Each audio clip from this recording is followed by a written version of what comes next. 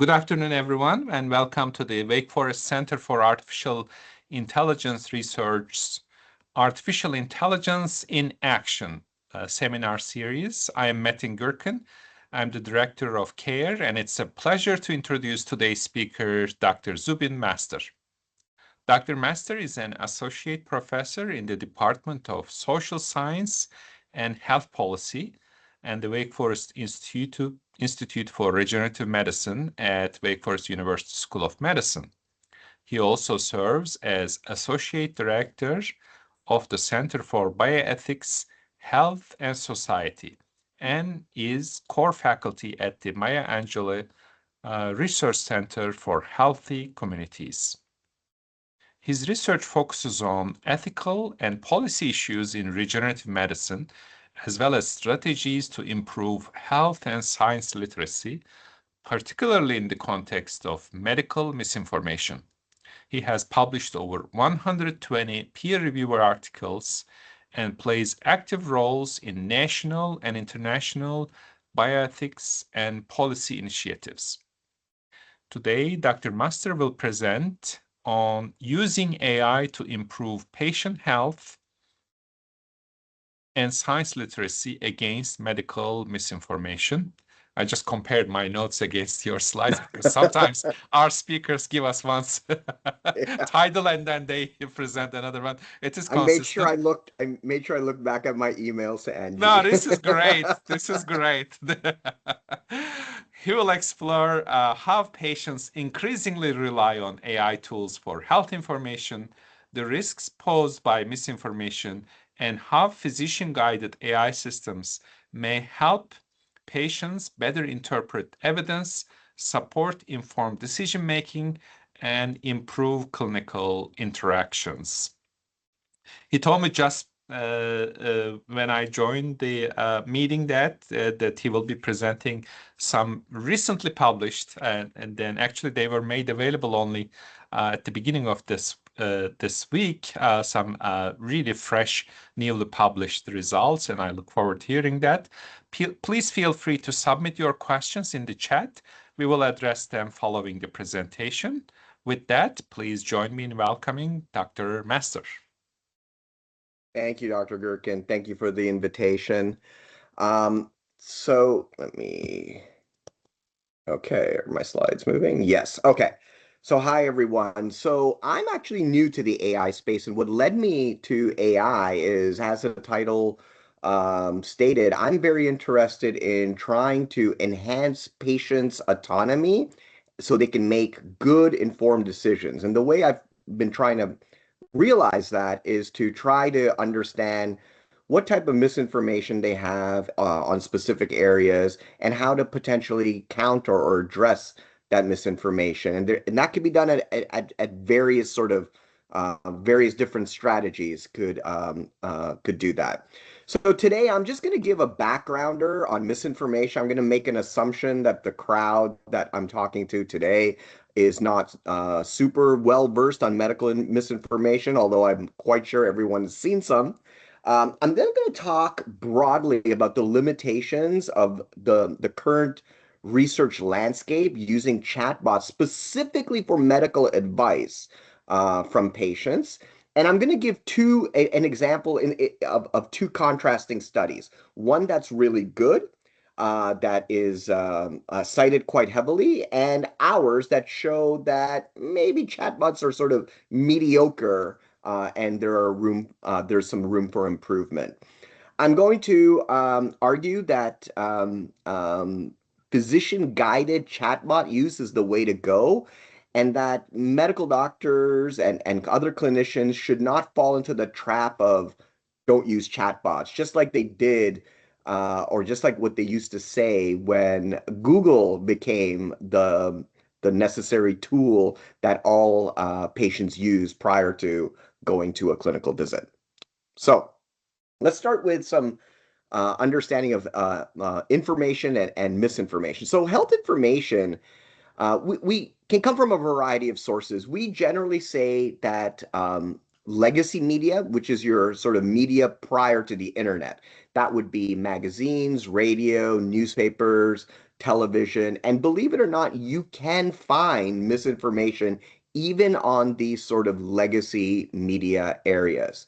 Certainly, interpersonal encounters, so talking with people like your family, other patients or patient advocates, friends, or clinicians that could be at, Advocate Health, or clinicians that might be trying to sell you an unproven product. All of these sources of information, good information, can also be sources of misinformation.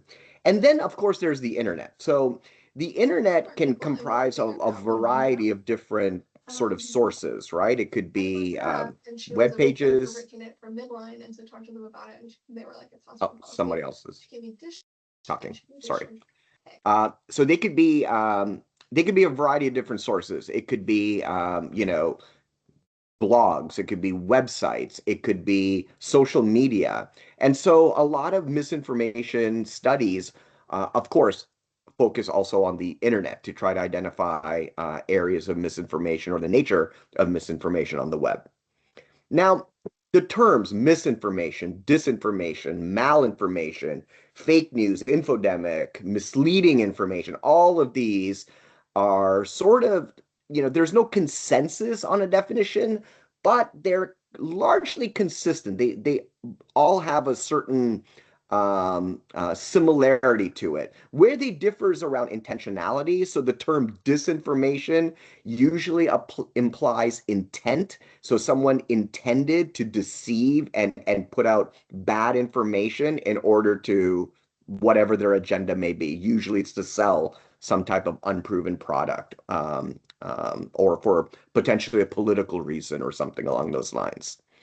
So the consensus, where there is some consensus, is sort of that we classify misinformation as information that sort of goes against the um, evidence-based consensus among the scientific community. So if there's information like scientific evidence that is questionable in terms of we don't really know whether the right answer is A or B, when there's genuine uncertainty, that would not be classified as misinformation, of course. Misinformation has to actually be, again, false, inaccurate, and sort of goes against the consensus today of evidence. Now, remember, what could be misinformation today could actually be validated tomorrow through scientific evidence. And what could be, fact today may wind up being misinformation tomorrow as evidence is being collected. So, because of the iterative process of science and how we collect, varying preclinical, clinical evidence, of course, what is misinformation or what is good information is susceptible to change. And the last thing to note is that sometimes information can be factually generally accurate, but the way it is explained may use hedging language or um, some type of use of language that could make it or give the attitude that it is inaccurate or incorrect, or instead of pointing to direction X, it may lead someone to point to direction Y. It may still change the person's intent, etc. So misleading information is also generally classified as misinformation. And this is important for us when we're trying to operationalize misinformation, especially when we're trying to see, are chatbots able to counter misinformation? Are they themselves hallucinating and maybe giving misinformation? So, um, let's just say there is a pretty high prevalence of medical information all over, especially the internet. Okay, but it is challenging to actually know the true frequencies because they vary by study to study. They may be on specific areas, like we're only looking at social media, or maybe just in oncology or unproven stem cell therapies, etc. So they may be in specific domains.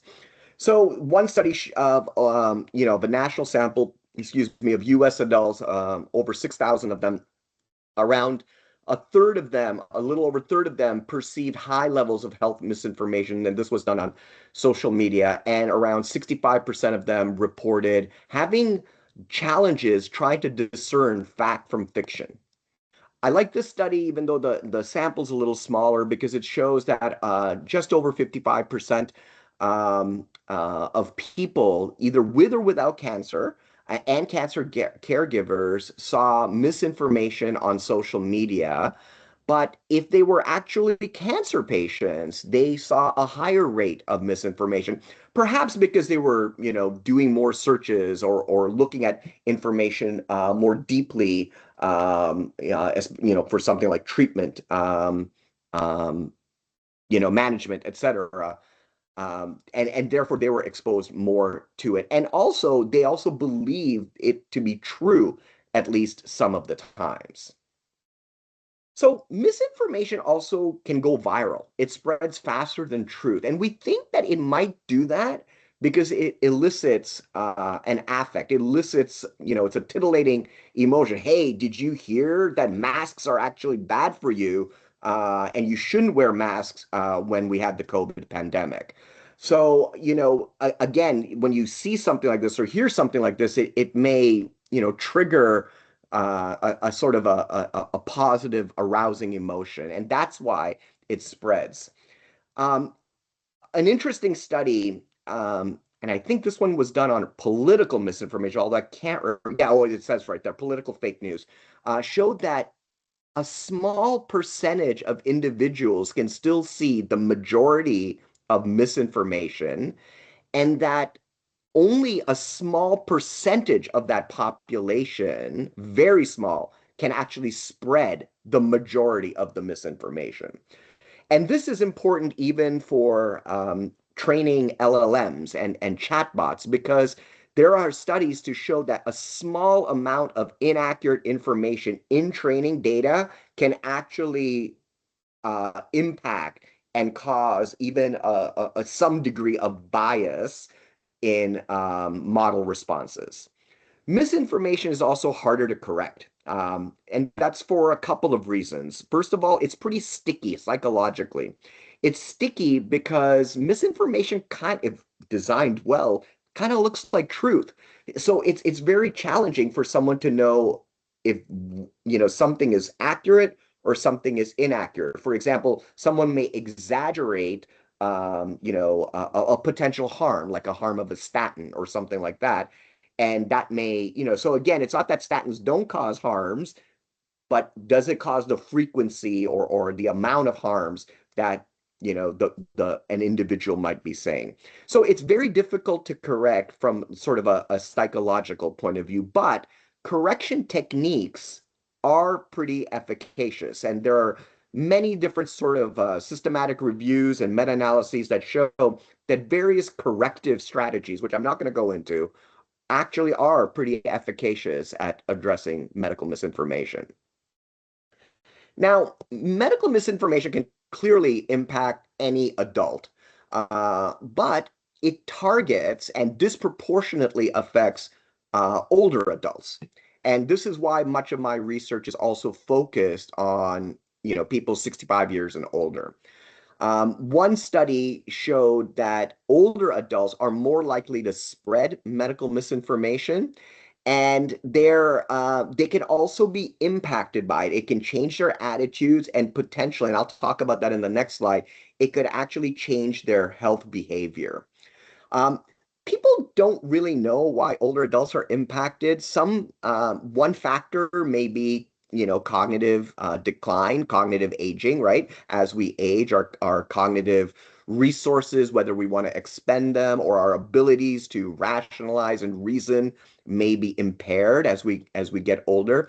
Another factor may be media literacy. So, older adults are not as savvy with various media forum compared to a younger individual, like social media. And so even if there are sort of like warnings or something, they may not be able to see it or pay as much attention to it because they're just not really good with, a social media app or what have you. But certainly, those are not the only variables that it may disproportionately impact older adults. So there are harms from medical misinformation. This is a little challenging to show causation. How do we, it's not easy to show that someone who has read misinformation sort of changes their behavior such that they get a bad health outcome, right? It's very challenging to show that in sort of, in a causal sense. And so misinformation can impact beliefs and intentions that we've seen in various different studies. They can avoid or delay treatment. I hear a lot about that more recently with in oncology. This could clearly lead to worse health outcomes. And then, of course, if they believe the misinformation, and a lot of times misinformation is everybody that sort of gives medical misinformation, generally they have a motive, and much of that motive is to sell something else, an alternative medication. And so you might wind up paying for unproven treatments, even if it's a cheap treatment like a supplement for the last 20 years, it could lead to sort of economic harms. And then the other, I think, harm that it is not discussed as much is that medical misinformation can also impact relationships. It can strain relationships. We see this a lot in political misinformation among friends and families, but also you can imagine that it may affect a patient-clinician conversation. And I'll talk a little bit about that and present some pilot data from an R01. So this is just a graphic I got ChatGPT to help me make to show just some specific areas where misinformation is quite prevalent. The area I study is number two, stem cells. I've been studying medical misinformation in what we call the unproven stem cell therapy space. There's over 2,500 clinics in the US alone. It's an international industry selling what we call unproven because there's not enough scientific evidence to be giving these types of stem cell therapies for any clinical condition. Very few, literally a stem cell transplant in oncology are it's the only sort of, well, there's a handful. That's probably the most well known. But I mean, you can get a stem cell therapy for just about any condition you can think of. I'm starting to get more into the oncology space, and so there are these sort of integrative medical or alternative medical clinics that provide a regimen to patients with various different types of cancers, some of which may contain things like high dose vitamin C, other herbs. Ivermectin is what I thought was an unproven COVID therapeutic is now touted quite a bit in oncology. And so there's a range of different unproven therapies, I would say, in cancer, perhaps even one of the biggest areas. Supplements, $50 billion supplement industry. And this industry it targets various different conditions. I mentioned cancer. We're looking at a little bit of using supplements for preventing Alzheimer's disease or related dementia. There's, of course, we've heard a lot around COVID unproven preventative, unproven treatments, vaccination, COVID vaccinations, other types of vaccinations. Anti-aging is another area that's gaining a lot of traction. Trying to basically, there's legitimate longevity research, and then there's that sort of for-profit industry that is trying to, sell you something to either make you look young or to reduce what they consider, quote, your biological age. And of course, there's peptides, which are more recent. And these are just, again, a sampling of the different types of medical misinformation. And again, as we get older, we get chronic comorbidities. And so, again, much of it is targeting older adults, but again, it's not necessarily not targeting other adults of different ages. So the question then becomes the question I think that we're trying to address. A bunch of studies are already out there. Are chatbots effective at giving medical advice? Not necessarily are they better than a physician at scoring high score tests, or not are they better at diagnosing things like radiographs or what have you, specifically around medical advice is the area that I'm most focused in. So, firstly, around a third of the US population, including 10% of adults 65 years and older, use chatbots for medical advice. So, the way I look at it is just as, and I'll show a little bit of data a little bit down the road, where everybody Googles things, right? From, I would say, over 25 years ago, people were Googling their signs, their symptoms, their treatment medications, what have you, prior to a clinical visit. I think chatbots are going to be that new trend. And the more people that actually start using a chatbot, I think their reuse intent is going to increase. Now, very recently, two really nicely done systematic reviews show quite a bit of variability in design and how results are reported on studies examining chatbot advice. And specifically, there's quite a bit of variation in design. And I think this could be very problematic in when you're trying to answer the question, are chatbots effective at giving medical advice? The answer is some studies say yes, some studies say no. Um, so there's a lot of design variations. So a lot of some studies use expert judgments. There aren't very many validated scales, as I'll talk a little bit about as well. There could be variation in how judges are trained or how coders code. And so there could be sort of variability in how we're examining quality or effectiveness. The other issue is using these sort of what we call like multi-domain terms. So the word quality can, for example, people may measure an inaccurate response of a chatbot, whether the chatbot gives a very thorough or complete response, whether it uses hedging language. And they could incorporate, if you will, these three separate domains into the term quality. And so then if they get an overall low quality score because of the one domain, maybe their study will just say that, chatbots are not great at giving medical advice. Whereas some domains, for example, empathy, how do you measure empathy of written text? There's now one sort of validated scale that can actually measure empathy of written text when you're using a conversational agent or something along those lines. So, you know, people have varying different ways. The current scales for empathy don't really match up to how you would use them or apply them to a chatbot. And of course, I think everybody in this room realizes that models are changing. By the time you start using a model, collecting your data, analyzing it, and publishing that paper, there's probably going to be an updated model or some type of advancement. So, because of the rapid nature of change, it's really also hard to really compare studies because everything is changing so rapidly.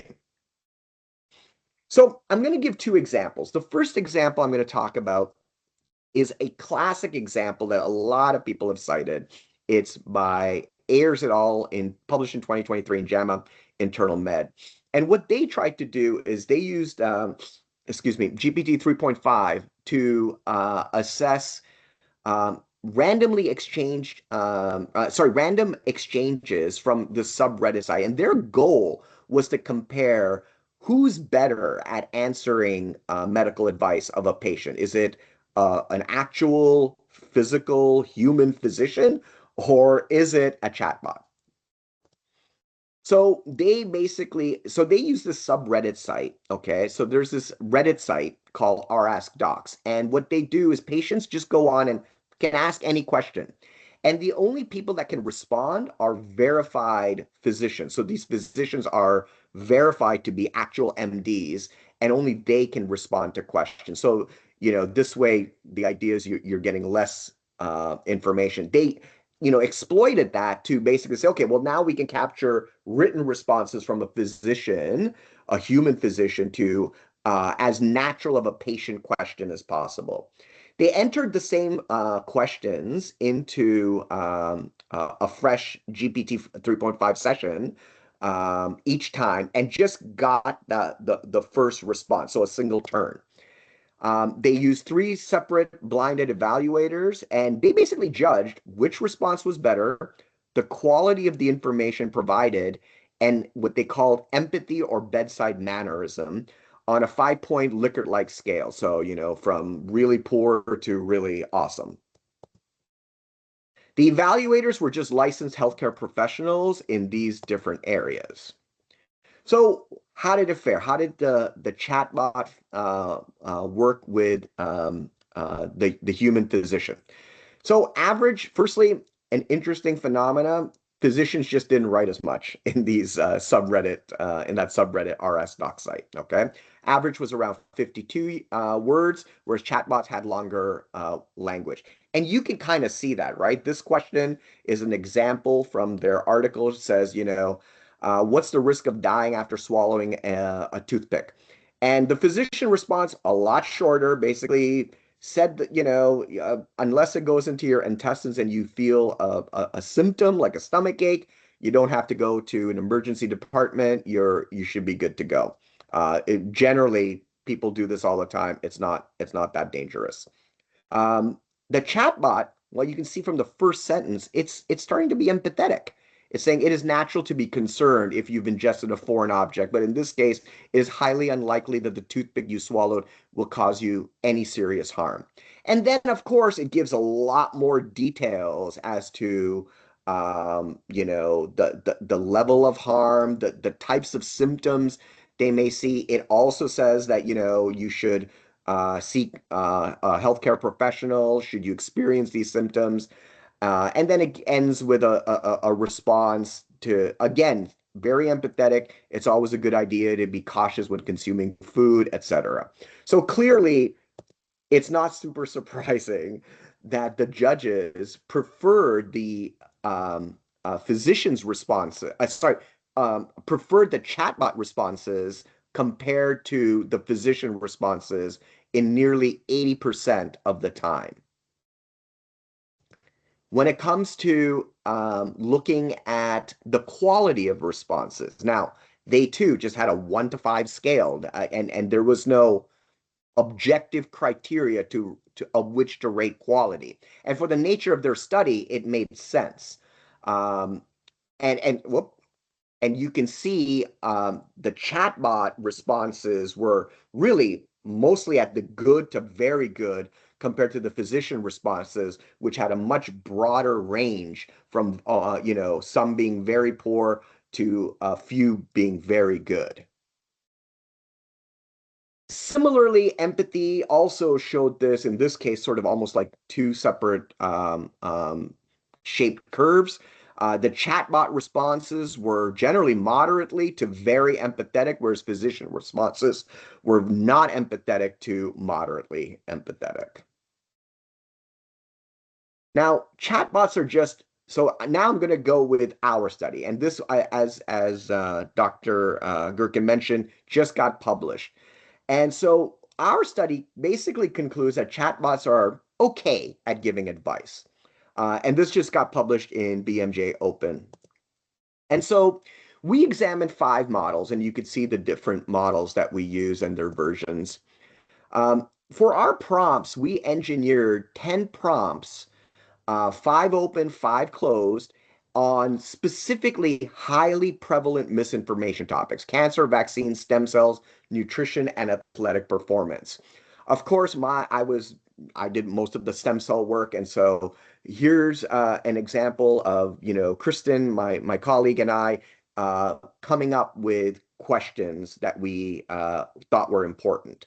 And we tried to write them from a patient's perspective. However, unlike the other study, ours is specifically it's made by experts, right? We made up the questions. They're not natural questions, if you will, that may have come from a patient, okay?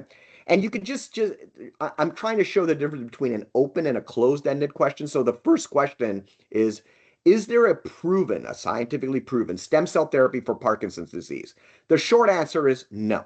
There is nothing to show high enough clinical evidence to warrant it to be, marketed. Um, so it's a pretty much black and white answer.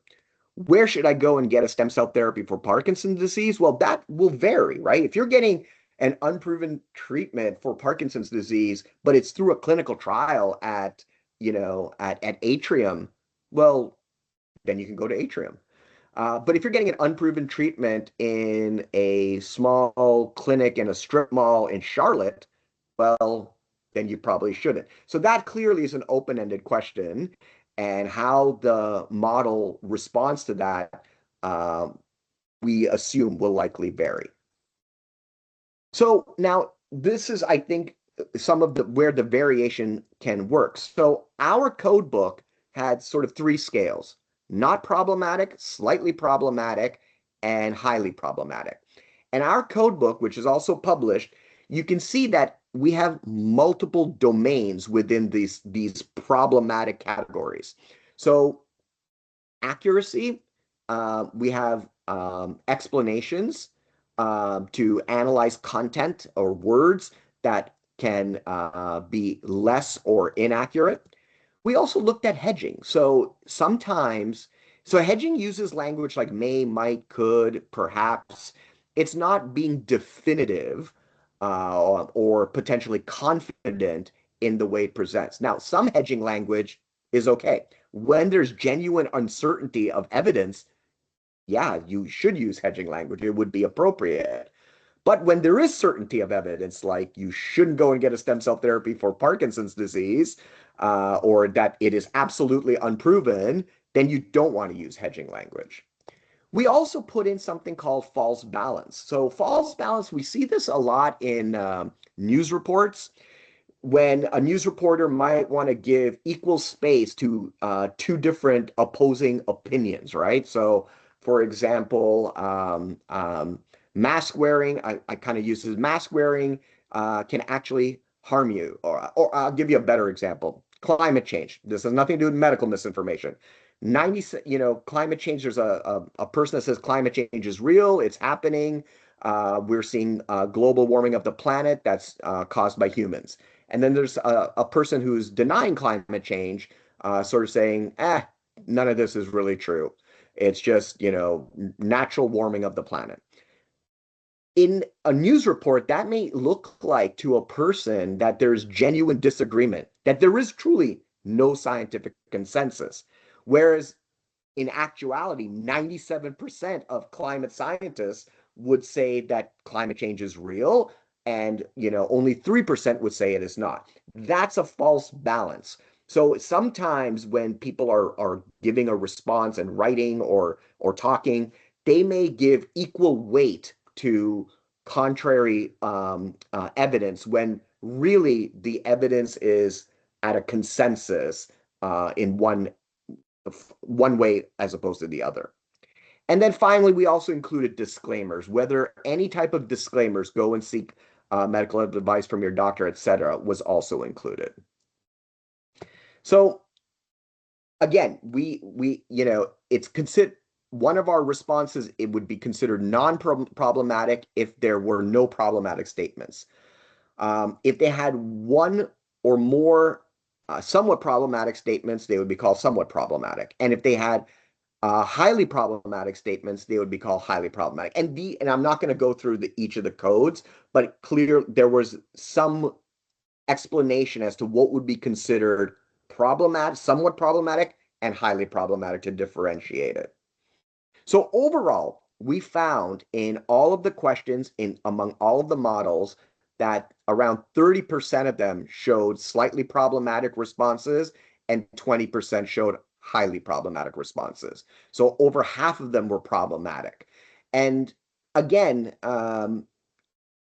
that's the sort of the uber picture. So it makes it look like our paper kind of showed that chatbots aren't very good, which I think is not as accurately reflected as well as what the press made it out to be. So, for example, we showed that specifically um, Meta, ChatGPT, and Grok did worse than Gemini and DeepSeek. Grok actually did significantly worse in problematic, slightly and highly problematic responses. We also looked at the various domains of medical misinformation: vaccines, cancer, stem cells, athletic performance, and nutrition. And again, we saw that responses to vaccines and cancers had more non-problematic responses than stem cells, performance, and athletic performance and nutrition. Interestingly, the highest amount of slightly problematic responses were found in stem cells. And from coding this myself, one of the reasons why we had slightly problematic responses was due to hedging language. A lot of hedging was found in all the models. And so that made it, I think, look worse than it actually is. So again, when I was trying to talk about some of the design issues, if separating the different domains in what is considered problematic, that might actually wind up giving different results at the end of the day and different conclusions of these papers, of this paper. We also looked at citations. Now, one of the areas that chatbots hallucinate quite a bit in is citations. And so what we found was that basically the solid blue is a good complete reference, whereas the dotted lighter blue is has one or more issues. And what we found generally is that DeepSeek and Grok achieved the highest reference completeness scores, and it outperformed the other models. Sometimes also, people don't understand because chatbots love to write. We saw that from the first study. And so we looked at readability. Now, we measured readability using Flesch reading ease scores. There's also Flesch-Kincaid readability scores. And these are sort of validated ways of measuring, such that, if you measure Flesch reading ease today, it's the same sort of way of measuring it in a different study, in a different model, even, several years from now. And so we used reading scores, and what we found that overall, all of them were quite difficult. They were at the college level. But Gemini did slightly better. It had some of the responses were, at around, a higher high school grade level. But overall, all of them were quite difficult in their reading ability. So let's look at the limitations of these two studies, right? The Ayer study, which showed that chatbots are great, and the Tiller study, which showed that chatbot advice may not be so great. Firstly, they're totally two different objectives and comparisons, right? Ayers tried to compare physician versus chatbot. We tried to use if you will, a code book that had sort of correct and incorrect responses. And so we judged it based on sort of an a priori understanding of accuracy. None of them depict a real world situation, right? Which is that even if a prompt is poorly designed and a response is inadequate, during a conversation with multiple turns, people may correct, people may give more information. It may change their understanding, their behavior. None of this is done in many of the studies. People don't really look at multi-turn because it's more challenging. And then, of course, and again, that's a real life conversation. In both studies, we used sort of expert understanding of patient questions, and then the other one used natural patient questions, but it wasn't prospective. It wasn't real time. It wasn't for a specific domain. It was just something that was written on a subreddit site.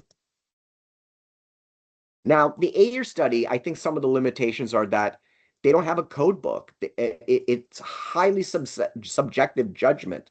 There was no training of evaluators. What exactly is an empathetic response from a non-empathetic response when you're reading this type of text? What is a good quality response? There were no benchmarks for these judges to evaluate from. I think that is perhaps one of the biggest limitations, and I believe that the paper did it, mentioned that. We also had several limitations. For example, we had expert formulated prompts. Prompts can be designed from a variety of different things. It can be designed from patient or public perception data. It can be designed by just asking patients to give you questions that they naturally come up with for a topic, which would probably be the best way. Um, our codebook, as I mentioned, our slightly problematic or problematic literally had multiple components to it, multiple factors. And if we were to separate them, we may see an overall different tune. For example, we may see that stem cells are slightly problematic more so only because of all the hedging language. And that might be good to know and separate because it will help developers tune the models. Another thing we didn't do, and it gets a little bit more into the weeds, is that we didn't look at intercoder reliability with the best statistic out there, which didn't account for chance events. And that our coders, we did have some training and some back and forth, but it wasn't as comprehensive as it could be. And we also had, I think, a total of 6 or 5 coders coding the various areas. So the more coders, the greater chance of variability. So I'm hoping I could show you from these two studies that right now I can't really answer the question, are chatbots telling the truth? Are their responses accurate? Are they empathetic? Are they readable? Are the reference citations good? We don't we can't really answer that because there's a lot of variation among studies. So this leads me to my sort of the final couple of slides, and how we should do this. So again, physicians, nurses, and pharmacists are the most honest and highly trusted brokers of any kind of information. Large surveys that measure public trust and honesty have shown this repeatedly, even though trust may have declined since the pandemic and also what's occurring in the health administration context currently. We have some pilot physician data that actually shows from a completely separate project that actually shows that physicians are willing to address medical misinformation. They feel they do this routinely. It's part of their professional responsibility. But they do express some challenges. Number one being time, but they're also cognizant of the frustration and damaging the relationship with their patient. And you can imagine that, especially in the COVID period, we had, at least where I worked previously before coming here to Wake, we had a lot of clinicians that were threatened, that were followed to to garages where they were parking, things like that. And those types of encounters could absolutely limit their desire to counter medical misinformation for literally fearing their lives. Another factor was limited training. We also showed sort of these known strategies that I'm not haven't really talked about that have shown to work at countering or correcting medical misinformation. And what we found is that physicians say, well, actually, I didn't know the names of these things, but we actually use these sort of various strategies that you have outlined. But they also said that really the strategy and how you phrase it is extremely important and very context specific to the patient, the topic, their relationship with that patient, and how they're communicating. Are they communicating in person? Do they have time? Is this over a sort of an email or text exchange in a portal, etc.? So I think physicians and clinicians should be patients and clinicians should be collaborating on chatbot advice. And again, historically, we haven't really done that, right? We've known that patients go and Google things from studies, and you can see some of the years of these studies for a long time. We know that, again, in 2013, 72% of adults look online for health information, and many of them do that prior to even going and seeing a physician. So with that, I think we have a unique opportunity to work collaboratively with patients who are going to use AI for health information.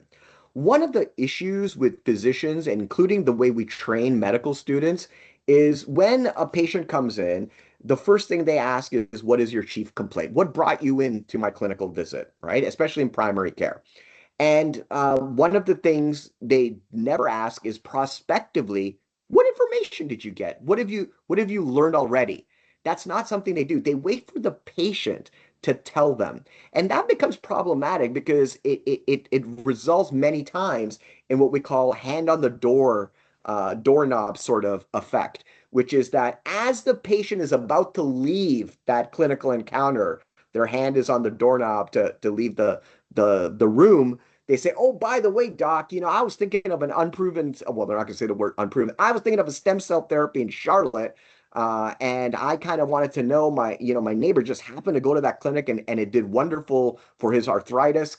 Could I go and get it as well? And of course, the clinician is left with, oh, I don't have enough time to deal with this. So I think that if we could prospectively do this, we could enhance communication, share decision making, enhance that relationship between the patient and the clinician, and perhaps also get greater clinical, better clinical outcomes, such as medication compliance. So next steps, I think we really need to improve our standardization of methods, including the reporting of results in these chatbot efficacy types of studies for health advice. I think um, chatbots, we also need to actually look at real-time human-computer interface engagement so we can understand how people are prompting. What are their reactions to responses? What are the challenges they encounter? We have to also understand, will physicians work with patients on this? What are the safeguards they would recommend? Especially because we know physicians routinely are now using chatbots in many parts of their practice. And finally, just as the graphic shows, can we develop a physician toolkit where we inform physicians on best communication practices, give them resources on medical misinformation. So, some of them are common. They know. We have found that, when it comes to stem cells, they're not really as aware. So maybe certain resources, and then potentially even a best practice guide for patients on how to effectively use and understand chatbots. Because at the end of the day, this is going to happen. And I think it would be good if we are at the forefront of this, not lagging like we did with Dr. Google. So again, Mustafa Metin, thank you for the invite. Some of my federal funding that informed this talk, including some internal funding through CARE Seed Award and a March pilot. Want to give a shout out specifically to Kristen, Nick, and Sandro for the BMJ Open study, my wonderful colleagues, and that's pretty much it. Thank you. Thank you very much, Dr. Master, for the wonderful talk. We really appreciate it. It's so important and so timely. So it's really, really great that you systematically look into these. Dr. Google has been with us for some time, but Yes. now there are new avenues that we need to consider. So we have some time for questions. If you have a question, please put in the chat or raise your virtual hand so that I can see you for your questions.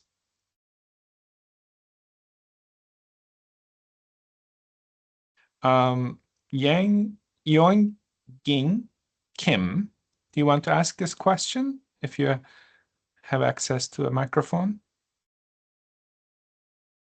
Oh, his mic's not working, or her Oh, mic okay. is Oh, I'm sorry. not Okay, working. I didn't see read that part. Yeah. So the But I question can answer. is, yes, Yeah, you yeah, I have it on my other monitor. I can see the question. Yeah, absolutely. I fully agree with you. I think it would be amazing to measure um, how they perceive that information or misinformation in the model responses. Absolutely. That those studies are not done. I think a handful at the most that have actually done that sort of real-time exercise. And that's something that we've actually proposed, and hopefully we'll get a favorable review at NIH. But that is something that we are going to measure. You're absolutely right. And from that, we can then understand what are the challenges they're facing. That would be very useful information for, let's say, a resource that we give to patients to say, hey, these are things you should know, right? They hallucinate, they can be sycophantic, you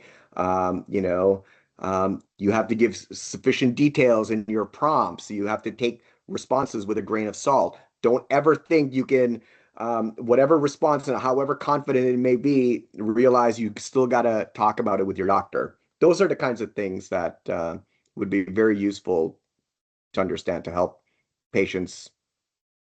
Absolutely. one interesting aspect to look at, and I was going to ask your viewpoint on that. And of course, these frontier models are giving a taste of what kind of patient AI interactions, especially within the context of chatbots, just how the patients may interact with them. At the same time, just many of these frontier models, as were trained whatever was available on the internet.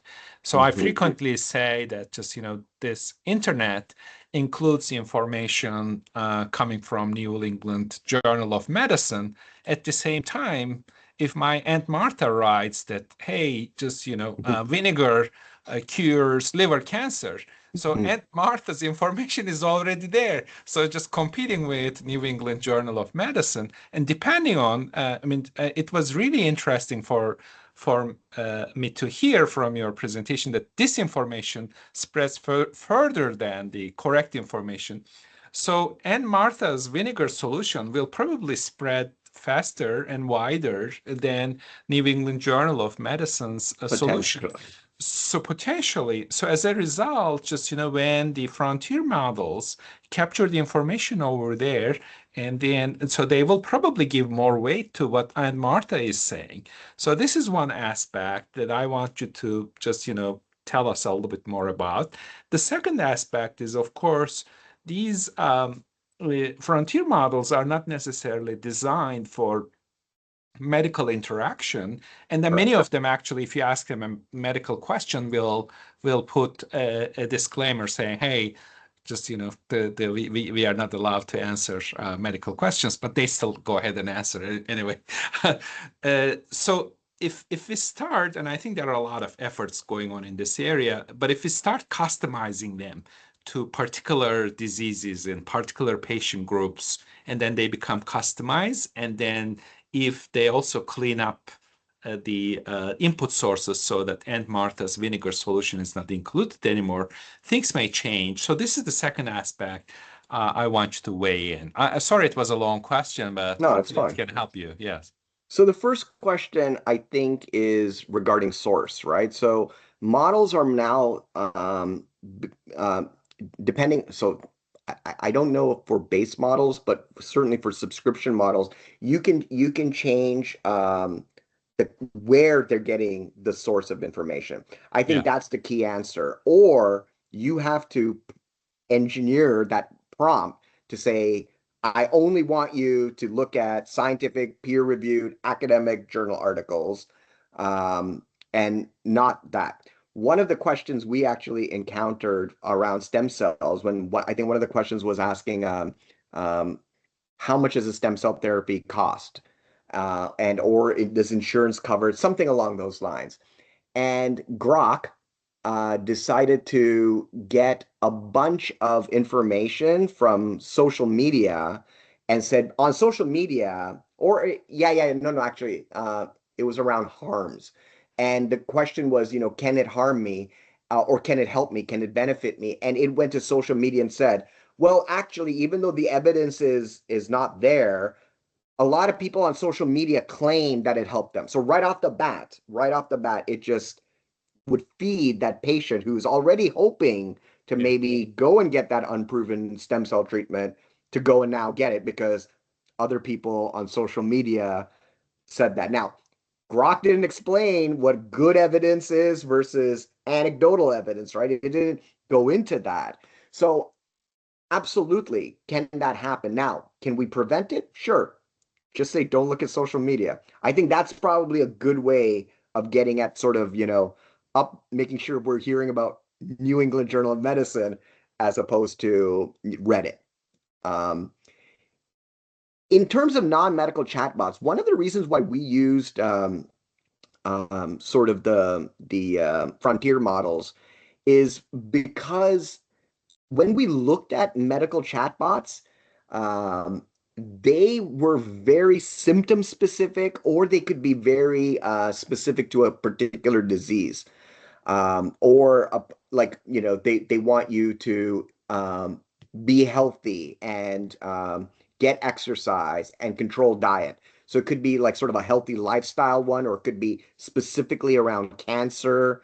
So we didn't find those to be useful. We also want to study frontier models because it's more likely than not, if you use it for another purpose, you're probably going to ask a health question anyways. So that's why we chose to do it. I think as medical chatbots become better, it may actually address both your questions, right? It may only look at good sources of information. So it may not necessarily go to the internet, it may just use training data and good training data. But also, it may be more specific and be able to answer things more accurately if it's a sort of a, closed-ish system kind of thing. But right now, I know OpenAI has their health chatbot that came out last year sometime. I haven't even been able to access it yet. So Yeah. I would love to be able to try the same sorts of questions between the frontier models and, health specific models. I think that will be really exciting. I think in the Hmm. mental health space that we are seeing a lot of Oh efforts, and yeah. we need to watch that space really Yeah, carefully. So I want to absolutely. thank you one more time. Just, Dr. Master, thank you for the wonderful presentation. And for those of you who attended, thank you for attending. And then, as Dr. Master kindly acknowledged, he is one of our pilot awardees.